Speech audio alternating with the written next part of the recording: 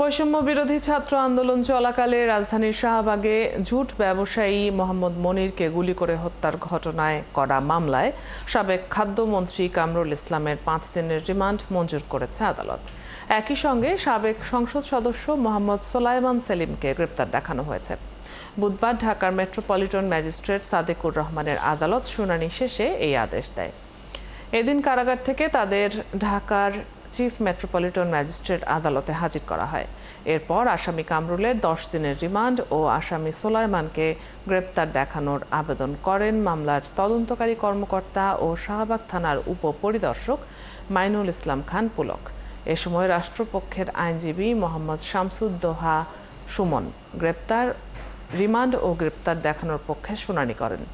মামলার অভিযোগ থেকে জানা গেছে, বৈষম্য বিরোধী ছাত্র আন্দোলন চলাকালে গত বছরের ৫ আগস্ট শাহবাগ থানার চানখারপুল এলাকায় ছাত্র জনতার সঙ্গে আন্দোলনে অংশ নেন ক্ষুদ্র জুট ব্যবসায়ী মোহাম্মদ মনির।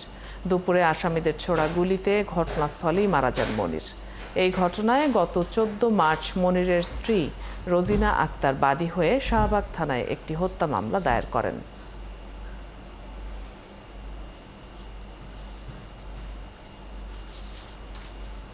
এই মামলায় পরে ১০ দিন রিমান্ড চাওয়া হয়েছিল। বিজ্ঞ আদালতে আমরা রিমান্ড বাতিল সহ জামিন চেয়েছি। বিজ্ঞ আদালত সন্তুষ্ট হয়ে ৫ দিন রিমান্ড মঞ্জুর করেছেন এবং জামিন নামঞ্জুর করেছেন।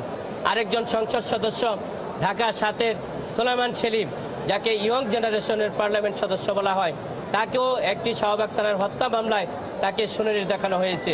এই যে মামলাগুলোতে একের পর এক শুনানি দেখানো হচ্ছে, রিমান্ডে নেওয়া হচ্ছে, গ্রেপ্তার দেখানো হচ্ছে, যে একই সময়ে একই স্থানে একটি পার্লামেন্ট সদস্য কিভাবে ঢাকা শহরে 10টি জায়গায় একই সময় উপস্থিত থাকতে পারেন এবং সেখানে উনি এই ঘটনার সাথে জড়িত হতে পারেন।